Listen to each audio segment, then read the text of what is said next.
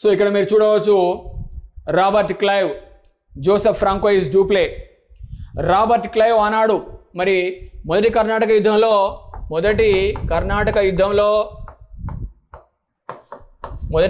యుద్ధంలో ఫ్రెంచ్ విజయం సాధించి సంపూర్ణ విజయం. కానీ రెండవ కర్ణాటక యుద్ధం వచ్చేసరికి ఫ్రెంచే విజయం సాధించింది చివరి వరకు కూడా, దాదాపు పైచేయి ఫ్రెంచ్దే.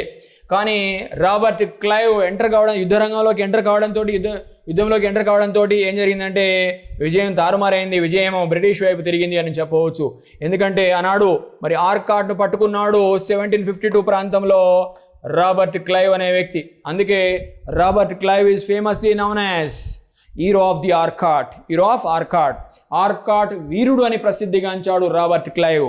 ఈ విధంగా ఆర్కాట్ను పట్టుకొని ఫ్రెంచ్ వారిని ఓడించడం ద్వారా, ఆ తర్వాత మరి 1752లో ఇది జరిగితే, ఆర్కాట్ను పట్టుకోవడం జరిగితే 1752లో ఇది జరిగితే 1757లో మరొక యుద్ధం జరిగింది నార్త్ ఇండియాలో. ఎక్కడంటే తూర్పు భారతదేశంలో. అదే మీకు తెలుసు ప్లాసీ యుద్ధం, ప్లాసీ యుద్ధం. ఈ ప్లాసీ యుద్ధంలో మరి బెంగాల్ నవాబు అయినటువంటి మరి సిరాజ్ ఉద్ దౌలాను ఓడించి, మోసం చేసి, కుట్రలు చేసి, దేశభక్తుడైనటువంటి మరి ఆ విధంగా బెంగాల్ నవాబును ఓడించి, ఆ విధంగా కుట్రలు చేసి ఓడించి, ఆ విధంగా భారతదేశంలో ఈ యొక్క బ్రిటిష్ సామ్రాజ్య స్థాపనకు పునాదులు వేసినాడని చెప్పవచ్చు. ఎవరు? Robert Clive. French east India company ఎప్పుడు భారతదేశానికి వచ్చింది?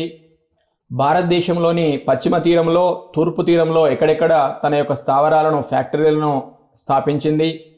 ఫ్రెంచ్ ఈస్ట్ ఇండియా కంపెనీకి సంబంధించిన ఫుల్ వీడియో లింకును కింద ఇవ్వడం జరిగింది, చూడండి.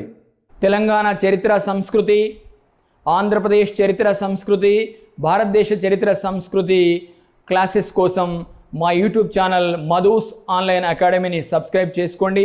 తెలంగాణ ఉద్యమ చరిత్ర క్లాసెస్ కోసం మా యూట్యూబ్ ఛానల్ అయినటువంటి మధూస్ జయ జయ హే తెలంగాణ మూమెంట్ అనే ఛానల్ను సబ్స్క్రైబ్ చేసుకోండి.